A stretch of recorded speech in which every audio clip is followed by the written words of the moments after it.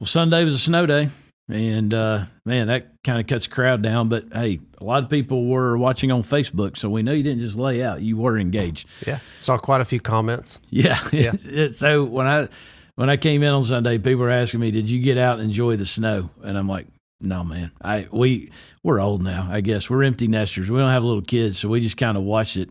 I do have little kids, and I feel old. So. You got little kids, so what? Y'all got out in there. What'd you do? It's funny how much your perspective changes in just a few years on snow, and it turns into like, man, I can't wait to get out there and enjoy that. I guess I'll do this for my kids, just so we have the memory. So, I mean, all seriousness, we had a lot of fun.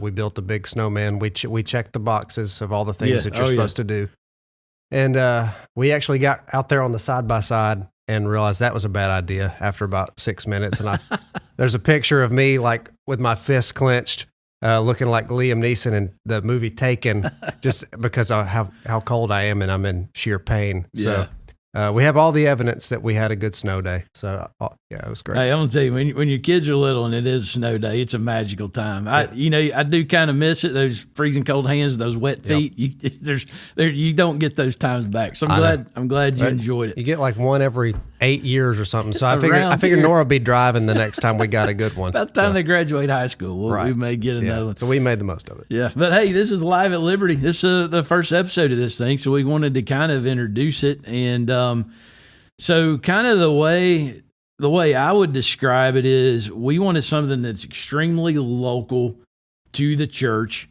to kind of help people to understand. So each week you're going to get a segment. This is going to evolve as we go. So right now you're going to get a segment from Nicole about what's going on. You're going to get a segment from Lori about who, and this is kind of introducing you to the people of Liberty. And right now she's going to do these great transformation stories. And then you're going to get a segment from me that kind of is the why. Why do we do some of the things that we do? And it may kind of get into an upcoming event or something like that. But how would you describe it? I think you kind of hit the nail on the head there. But really, as we've dreamt about this and we've talked about this, had a lot of meetings and planning just to really seek after what the Lord would want to accomplish through this is kind of what you were saying is we want to tell the story of what God is doing here at Liberty. And we want the people that are involved in those stories that God is using, that God has transformed their lives. He has, done a 180 in so many people's lives to turn them straight towards walking towards Jesus every day of their lives. That's really what we want to talk about. And really, this is a way for people to get to know the people around them that we just don't have the time. We don't have the capacity, even with all the things that we do with worship, with life groups, with fellowship meals. There's always more to discover, and there's always more stories to tell, and this is a great way for you to look around and really feel like you know your church. Yeah, you can't say it all on Sunday, right? Yeah. And man, I want people to watch this or listen to this, and by the way, you may hear some noise because they're out there working on the auditorium. It's very much Live at Liberty. But I want people to watch or listen to this podcast and be able to walk in on a Sunday and go, man, I know who you are because I heard your story or you won some goofy recreation thing or two, whatever it may be. So anyway, I think people are going to dig it, man. So in this episode, here's what you're going to hear. One is, did Amber plagiarize her chili? Number two, an incredible transformation story. Man, how would a wife react if her husband comes out of the restroom and he is on fire? You're going to hear that story. And then the other one is raising preteen daughters. What does a father fear in raising a preteen daughter? So here we go. Let's get into it. Let's go Live at Liberty.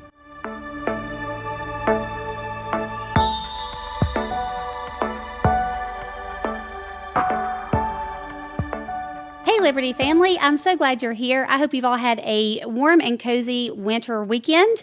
I had chili on Friday. I made homemade chili. I was inspired by the women and maybe some men too who made chili for the chili cook-off that we had Sunday night after our first Sunday of the month prayer meeting. And there were 14 participants, and I had to miss out because I was out of town. But chili sounded like a great idea. I saw a lot of people had it on Facebook. And so I want to give a shout out to our winners. In third place, we had Amber Sane. Lynn, second place Kelly Albertson, and first place win went to Peggy Osmus. I asked the ladies, what made your chili so special? And Amber said nothing really. It was her mom's recipe that she tweaked a little bit. Kelly said that she was looking for a winning recipe on Pinterest for a chili cook-off at work. She found one that had 3 meats in it, and one of the meats was bacon. And bacon makes everything better, so she thought that would be a winning recipe. She got 3rd place at work, 2nd place here, so maybe there's a 1st place win in her future.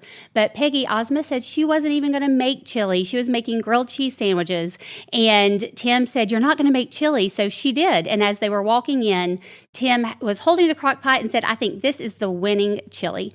So maybe it was Tim's belief in her chili and love for her that was the winning, the secret recipe. But either way, congrats to all those ladies and thank you to all who participated. I also would like to really encourage you, if you haven't been to one of our First Sunday prayer meetings, come and join us. It's a really sweet time, and the fellowship meal together after is always a good time. So join us in February for that if you haven't before. Did y'all know we have a fantasy football league, or we had one here at church?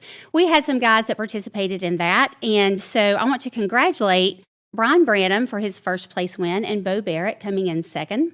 But when I was getting that information from Brian, one thing that I thought was more interesting than the fact that they had fantasy football teams and how they did with that was the names of the teams. So I've created a Survey Monkey, and we're going to put that on Facebook. So if you will go on there and vote for your favorite team name, next week we will announce the winner of that. We'll see if Brian can keep his 1st place position. His team name was Ugly. It was UGA, all capitalized with LY in lowercase letters. And I think he has a pretty good shot, but there's some other good names on there too. So go on there and vote, and then come back next week to see who wins. Our youth served at the Murray County High School basketball concession stand this past Tuesday. And it was a service project where they were able to go there and serve at the concession stand. And it allowed the parents of the players to be able to just enjoy the game and not have to work that night. So I want to give a shout out to Levi, Leanne, and Courtney for heading that up. And then Abby and Aubrey, Trinity, Gigi, and Eris all came to work the concession stand that night. So thank you to them. Next, we have some birthdays to celebrate. Rhonda Joseph celebrated her birthday on January 9th. Sam Satterfield has a birthday today on the 12th. Wanda Hill has one coming up on the 14th, Scout Pelfrey on the 15th, and Jake Carver on the 19th. So happy birthday to all of them.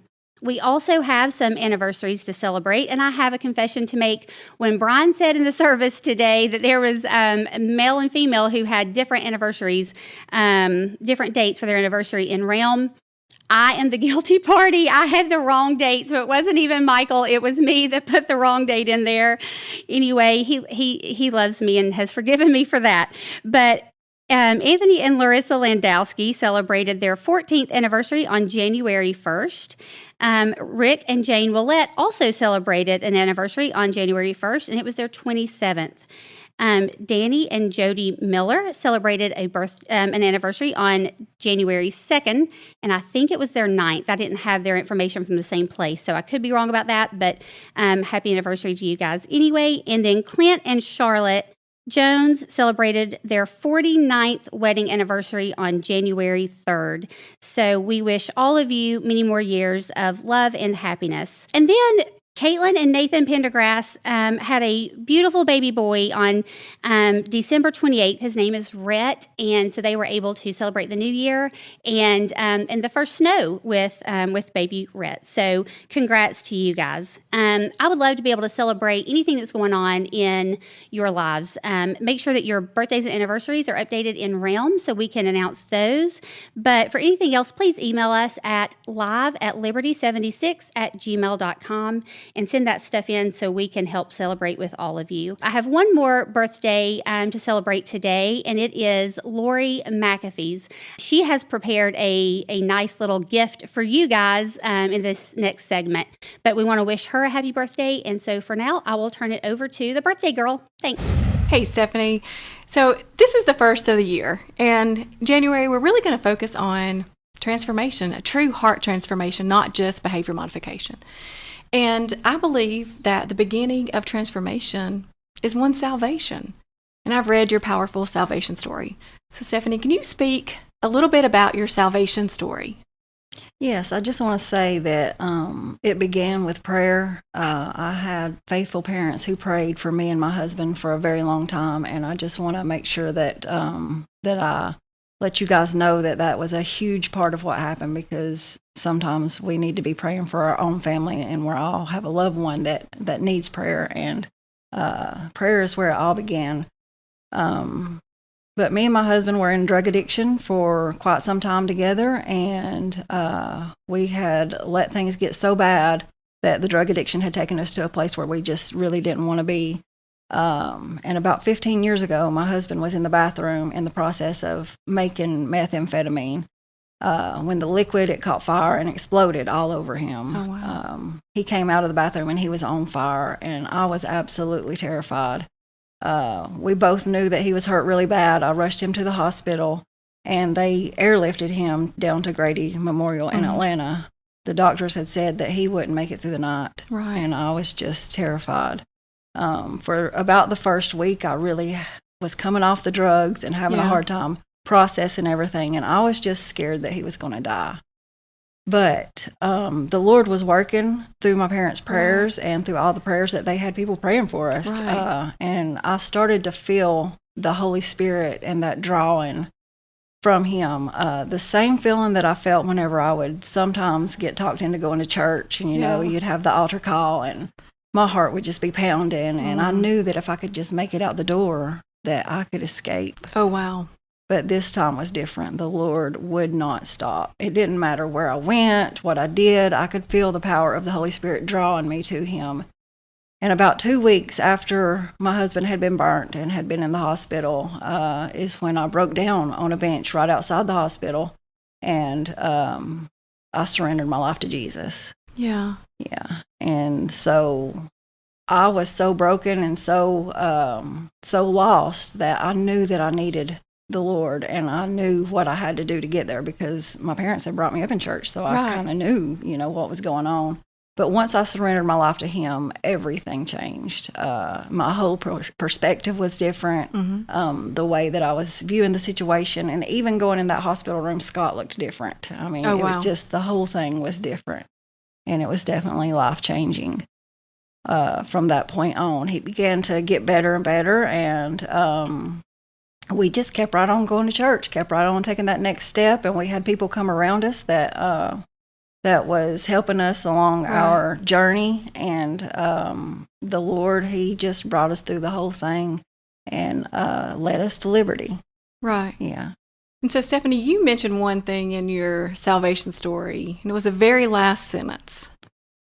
Would you share that with us today? Yes. Me and my husband, we do share our testimony at a lot of different places. And one of the things that we say, and that he likes to tell the people, is that he spent 10 seconds on fire so that we could tell you, you don't want to spend eternity there. And I think that's just a really powerful part coming from him, because he was there. He was on fire. He knew what that felt like in that moment. And I imagine hell is so much worse than that. And so I know the Lord left us with that so we can share with other people that they don't want to spend eternity in hell. And your salvation story started actually in a garage with your parents praying fervently for you and for your spouse and for your salvation and for your life. So yes, prayer is such an intricate part of our salvation story. Yeah. And with your transformation of salvation and your love for the Lord, Stephanie, how is that helping you through challenges, obstacles, and even joy and hope that you have today in life? Yes, as the inside of my heart and everything was changed and transformed, and I was just a new creature with a new life. But life is still hard. We still have to walk through hard things in life, and whenever I'm going through a hard time, I remember that situation where my husband was burned and what God did in the midst of all that and how He brought us through. And it gives me hope that no matter what happens, the Lord is in control and He can bring you through the hardest of times. And Stephanie, being your salvation, it doesn't keep you from challenges or obstacles that go on in life. You still have those that happen. Yes. I think sometimes it even it can get bad because we're in a spiritual battle, and the devil, he sees what we're doing for God and what our testimony is doing to change lives, and he doesn't like that. And I think that we're in a spiritual battle, and so times can get really hard. Oftentimes whenever I'm going through a situation and I'm praying for even my own family members to get through some of their hard times, I just think back of what the Lord has done in not only just this situation, but so many more over the years. Right.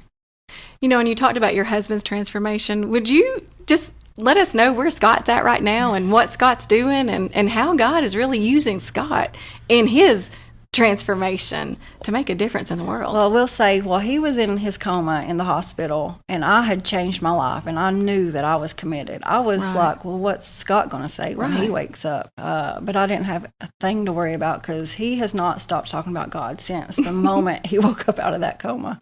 And he just kept growing, kept digging. He was a great leader for our family. He's the one who first said we need to be in the Word every day, and we did that together at first. And he kept us going to church every time the doors were open, and he just kept putting one foot in front of the other and serving in every area that he could possibly serve in. He eventually became the ministry leader at Celebrate Recovery, where he's helped so many people in that area, and he just has been involved in every ministry that I can think of. And one of those ministries is Man Church.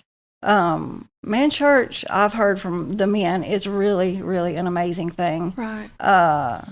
Us women from the outside looking in, we can tell, that there's something really great going on in Man Church. And I think that that's one of the places where he was able to iron sharpens iron and grow his relationship with the Lord, and really be able to step out in faith in all the areas that he does serve in today. So Man Church has been a huge part to that. And so your salvation led to Scott's transformation as well. Yes. Which has led y'all here to Liberty, and you play a huge part in the role at Liberty and the life of Liberty. And then Man Church plays a huge role in Scott's life, which in turn affects your home life as well. Yes. And just really brings that spiritual leader to you at home. Yes. And your transformation. Stephanie, what would you want to leave us with today?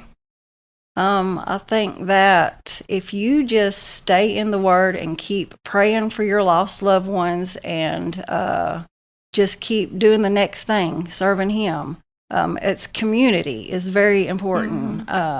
Just like Man Church and the women, we also have the women's Bible studies that we do. I think that is so important to our growth and to us getting to where God wants us to be able to serve Him better. Right. Living this real, raw life with one another and doing life with one another and helping each other along the way. Yes. I think that's great. Thanks, Stephanie, for sharing your story. Thank you. So, hey, guest number one. It's you got to feel pretty privileged to be guest number one of the amazing Live at Liberty podcast. We got Michael Williams with me today. So, Michael, just kind of give us an overview. Who are you? Tell us a little bit about your family, your journey at Liberty. All right. Well, I guess I'm the first guinea pig if I'm podcast That is number exactly one. what this is. Yeah. So Michael Williams, married to Nicole Williams, who was also on this podcast, delivering the birthdays and the anniversaries. We've been at Liberty since 2012. So we found out. Yeah, we found out we were pregnant, and when we knew that Eris was coming along, we really wanted a family church and a church that we could kind of be a part of, and we found Liberty. So that's really cool that you say that, because I'm just sitting here kind of thinking in my mind. So I came in 2012 as well. I started February 2012. So how far past that were y'all? So if I came February, you guys came when? August, September-ish. Okay, so about the summer. So one of my early memories of you guys, I remember when y'all came, was dedicating Eris. Yeah. Which she is how old now? She's 11, sixth grader. Sick dude. Okay, so when we came here, Morgan was sixth grade. Oh, cool. So you're facing middle school. Indeed. There's a whole different language. There's a whole different thing happening in middle school. I will. One of those early on memories that I had coming here. So Morgan was in sixth grade. That put Kylie about third grade, something like that. But I went to Arby's and met with Keith Lowe. So Keith was on the pulpit committee. So I knew him kind of, so we used to get together. And so I sat down with Keith one day and I was like, hey, man, so tell me about raising teenage daughters. Because he's got a boy and a girl. They're grown now. But he made a statement I'll never forget. He said, your daughter is about to walk out of her body. I was like, oh, no. He said, the good news is she'll come back in, right? And you know, I mean, obviously, I was an only child, but raising two girls, there have been those out-of-body experiences, and I'm looking around like, why are we crying right now? All this kind of stuff. So I will say this, I will pass on that to you as a dad about to go with a teenage girl. It is an out-of-body experience in some ways. But, I mean, just how do you feel? I mean, what are you thinking right now as Eris is we're about to hit 12, and then we're 13, 14, 15, and it does change, man. What are you thinking? Right now, she's still daddy's girl. Like, if you saw her today in church, she's leaned up against me, and we're looking at each other's notes as we're taking notes during the sermon. So right now, it's awesome. Like, but I can feel you're in the sweet spot. Yeah, I feel like it's the tail end of awesome. Like, I feel like it could change at any minute. And it's just crazy. We measured her the other day. She's 5'3", 5'2.5". Like, mind-blowing to me that she's grown so much in the last year. And so yeah, I'm already feeling the pressure of, man, this preteen, like middle school thing is happening. And you know, it kind of coincides with what's going on in our family. Nicole has been pretty involved in the youth over the last couple of years. And so now I'm starting to feel that pull, and I'm actually going to start with the high school boys here pretty soon doing their life group. And so I'm kind of requiring myself to be younger now. Like, I've got to learn the lingo. I've got to know what Riz means and some of these other crazy I'm terms. out, man. I don't know. I couldn't tell you. So yeah, I'm looking forward to learning more about that teenage culture today, because it's so different today than it was when we were that size and that age. You know, there's some things that are so different, and yet some things are just tried and true. Like, some things are just true, whether we were 13 or they're 13, you know? Yeah. You know, it's kind of, there is that idea. There's a lot of stuff that I've changed. Even when, you know, Morgan is now 24 and Kylie's about to graduate college. And so there are some things I even see in youth ministry now. It's very, very different. But at the core of it all, it's kind of like Solomon said, there's nothing new under the sun. There's a lot of things that's just intrinsic to human nature. You're dealing with some of those same things. So I'll ask you this. So you just mentioned one thing on the church journey. You guys are really instrumental in what's become of the Elisha Arrows class, which is a great young adult class of, like, how would you describe it? People with what? People with school-age kids. I mean, there's the hitched, hatched, and unattached group that's before us. So hitched, they just got married. Hatched, they just had a kid. Unattached, like, hey, we're still single and we're looking to be attached, right? So it's kind of that early young adult class. And then our class is kind of, okay, we've got our kids into school, you know, whether it's elementary school or middle school or whatever. That's the Elisha Arrows class. It's like our kids are in school, they're growing, and then there's the people after us, which is pursuing God, which they've already raised their kids. And there are a lot of times those people in that class are coming back and telling us, you know, advising us on the things of how to raise these kids when they start acting like the preteens and they have that out-of-body experience. That there are those people that are like, hey, this too shall pass. Hey, I give you a grow-up moment. Just happened right after the service a few moments ago. So there was a guy that I taught in the 9th grade. So my son-in-law Cameron and him were in 9th grade together at Christian Heritage, and they were my first class. And so he was standing in the foyer after church today with his wife and their little boy. Oh, boy. And I was telling them about hitched, hatched, unattached. It was a great group for young adults to jump in there. So y'all were great in Elisha Arrows, and now you're moving into the Connect student ministry. And obviously that influence is probably, I mean, God's calling you to it, but Eris growing up a little bit, right? And so you are going to have to kind of acclimate to that culture. But let's get back to the dad thing, or the teenage daughter thing. What do you fear? What do you fear? Ooh. The unknown, I guess. You know, I was a only child as well. And so I didn't have any sisters to learn about, right? So with her being a daughter, Nicole and I were talking yesterday about just how things that they go through, we didn't have to go through as boys. Yeah. You know, like, I can't remember a time when me and a buddy had a problem communicating with each other that either didn't end in a fight and then we hugged later. Like that's just how we dealt with things, and there was never any other emotion involved. Like it was done and we moved on. And so I'll tell you this, with girls, they fight and it don't get better. They just stay bitter, man. And girls are mean. So the unknown is probably like one of the things I guess you could say that I fear. Yeah. And I know we're going to talk about me in church in a minute, but I'll just bring it up. Like sitting around that small group table, we have the large group setting where there's some real wisdom that is brought from whoever the speaker is. A lot of times it's you, sometimes it's Rick Burgess on the video or whatever, but not just that large group, that small group setting, when we're able to like gather around and there's a couple of old guys sitting at that table that have been through all that I've been through. There's some comfort in knowing that I can ask those guys some of these harder questions. Like, what does it mean when your daughter says this? And just having that knowledge to be able to draw from has really been helpful. And at the same time, there's some of those 20-year-old guys sitting there too that, they're trying to find where Hebrews is in the back of the book somewhere. And so it's awesome to be able to talk to those guys too and get to see the whole thing happen right in front of you at that table. Yeah. And it's good. It's cool you said that, because, every man has a strategy. It don't matter what you're facing in life. You've got a strategy. Now, it may not be a good one.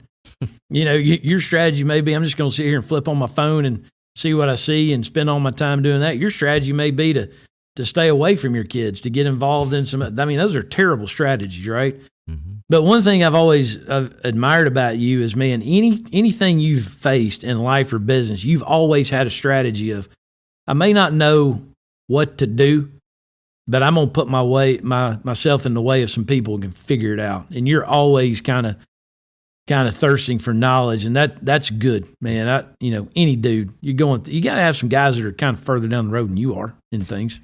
Speaking of that, it reminded me of one of the things I did as soon as I got to Athens. I went to UGA, and as soon as I got to Athens, I mean, there was no secret what Athens is. Like, it's great school, but there's a lot going on that's not school, right? Yeah. And so one of the first things I did when I got to Athens was go to the Baptist Student Union. Like, that was the strategy. I'm like, listen, I don't know what this place is about. I don't know what I'm going to get into. But one thing I know for sure, I need to be part of this Baptist Student Union. Like, I need to have some guys beside me that can pour into me, that can help me navigate these waters, because these are some treacherous waters. And so luckily I got to meet David Platt there. One of my really good friends now, Matt Bentley, is a guy that I met there. Went to New Dog Weekend, so it was like the lock-in version for college students in the Baptist Student Union. So I found all the way through my life, having that group of guys around you to kind of help keep you on the straight and narrow, super important. Yeah. Well, I'll tell you, I give you, that's always a good thing. We'll talk about that in a minute in the man church thing. I give you one thing, because I know everybody's like, okay, so how do you raise these teenage daughters, right? So I give you couple little points on how to do this. And so two of our big strategies, obviously we were learning from guys that are further down the road than we are. That's why I sat down with Lo and learned from him. But one is, and I've told you this, man, you're always teaching responsibility. I think one of the things where people fail in parenting is they don't let their children face the consequences of bad decisions. So, guilty. So we went out, and there may be people like, I'm going to unsubscribe from this podcast after I hear this. But we went on a family trip, and Morgan had just gotten, I can't remember, his iPad or something for Christmas or whatever. And she left it in the hotel room and lost it. It's gone, right? We were like almost home before she realized it. And so she wanted another one, but we made her buy it, right? We made her raise the money for the cost of that. And I took the receipt of the one we bought her and taped it on her mirror. So so it was there. There was no escaping. Yeah. It'd be like, dude, that's so cruel. But I'm going to tell you, man, since she's paid for a car, her first car, she paid for half of her first car with us. And now she's bought a car with cash now that she's an adult. It taught her that value of responsibility and consequence. But probably one of the best things that I did, that Shannon and I did, is there was a godly woman named Anita Goddard who was a teacher, and then she became the principal at Christian Heritage. And I basically went and told Anita Goddard, as many things as that you do that I can get my daughters involved in, I want my kids around you. And man, Anita Goddard was a great influence on them. And you could still ask Morgan some things. She'd tell you about Anita Goddard in her life. But hey man, that'd be the two big takeaways. But you mentioned something a few moments ago, just kind of about the role of man church. And we do that every Wednesday night, 6:30.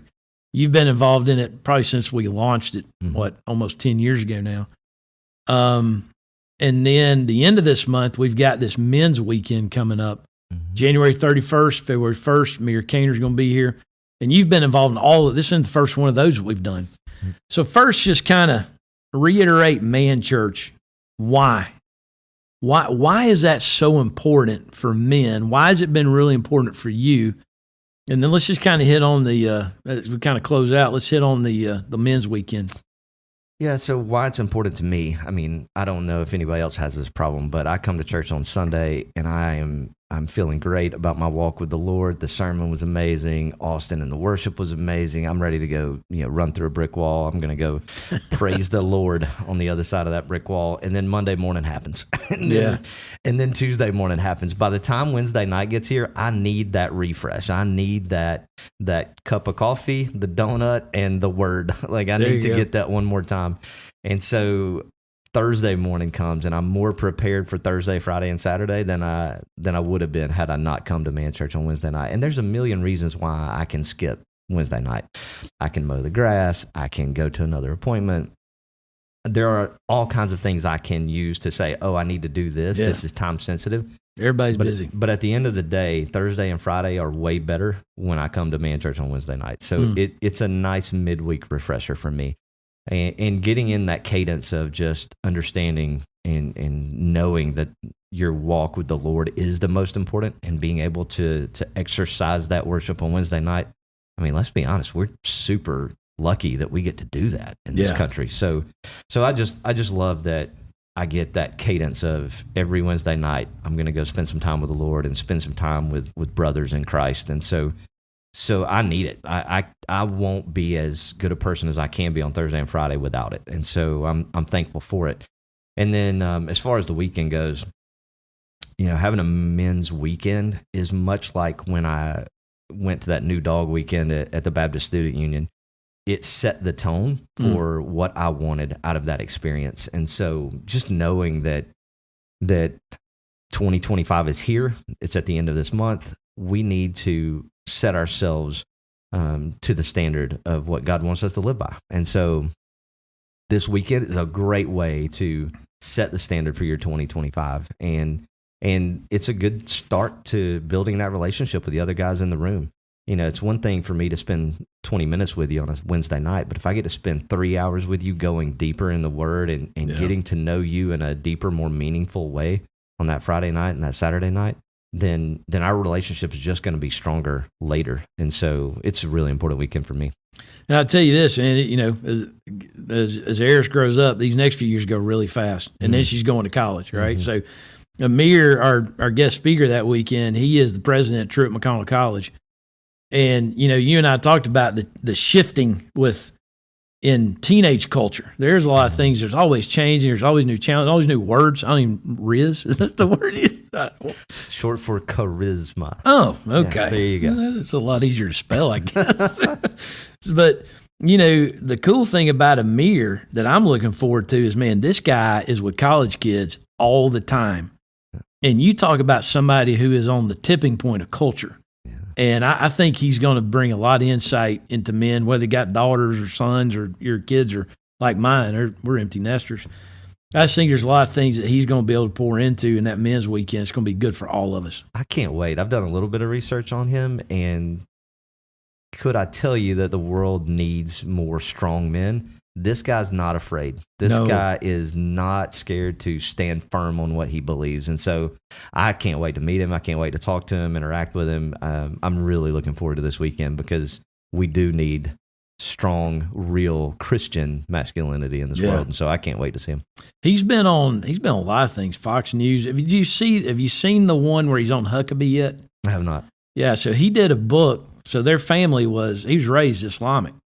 And he came into Christianity. And dude, you talk about being bold. Oh yeah. Look up that interview I read on the Cliff YouTube. Notes. I didn't know there was an interview, but I read the Cliff Notes of his book. And he doesn't hold back. He stands firmly on what he believes. We'll get Austin to put the link to that in the notes for this. So, but anyway, well, thanks, man. Thanks for being. You are. I think you were a good guinea pig. So. Oh, well, good. I hope so. I hope it gets better from here. Yeah, absolutely. That's what we're counting on. Well, hey, thanks for joining us today live at Liberty.